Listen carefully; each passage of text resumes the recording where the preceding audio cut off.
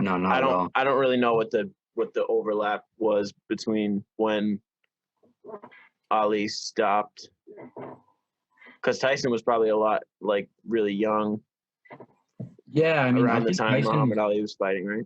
Yeah, Tyson was a kid and he didn't really I think he was like hitting his teens in like the 80s, and then like when he was 19 he became like a phenom, or when he was really young, I believe it was around the age of 19, he became was on like covers of magazines. He's like the next big thing in boxing, and then from like the late 80s to 90s he was just an unstoppable force and an absolute um beast. Like he's just an incredible human being. He's faced adversity. He was really raised in like a cauldron of interesting topic like not interesting topics, rather like just interesting situations. Like his home life was very not great, and he Mm, had a lot of difficulty and adversity to face at a young age, and I think that really helped like mature him and turn him into the man he is today.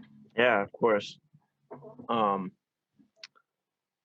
yeah, dude, and 19-year-olds before our generation were built different. Like, just Well, that like must have been that HGH the government was putting in our milk or something. I don't know, man. they still are probably. I wouldn't be surprised. I I don't think the drink. big thing is they had to like, sorry to cut you off, go ahead. No, I was just gonna say I don't drink milk. Yeah, no, I'm not a big milk guy. I can't swear off dairy though. I mean, cheese and obviously my little secret pleasures once in a while with some ice cream. But True. um, I got that. I got that frozen yogurt,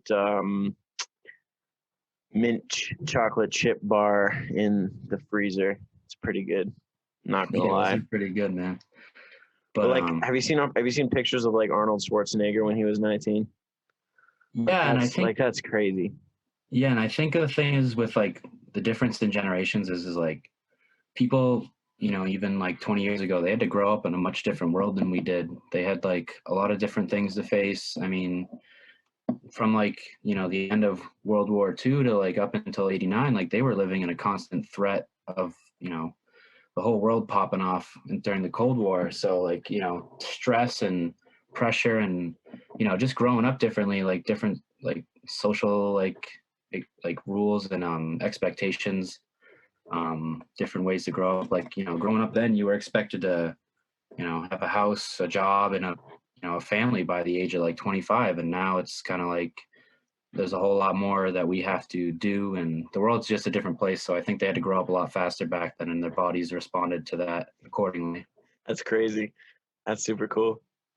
Definitely our kids these days probably aren't cut from exactly the same stock, but some of them you can just tell, like when you see them, that they just got those freak genetics.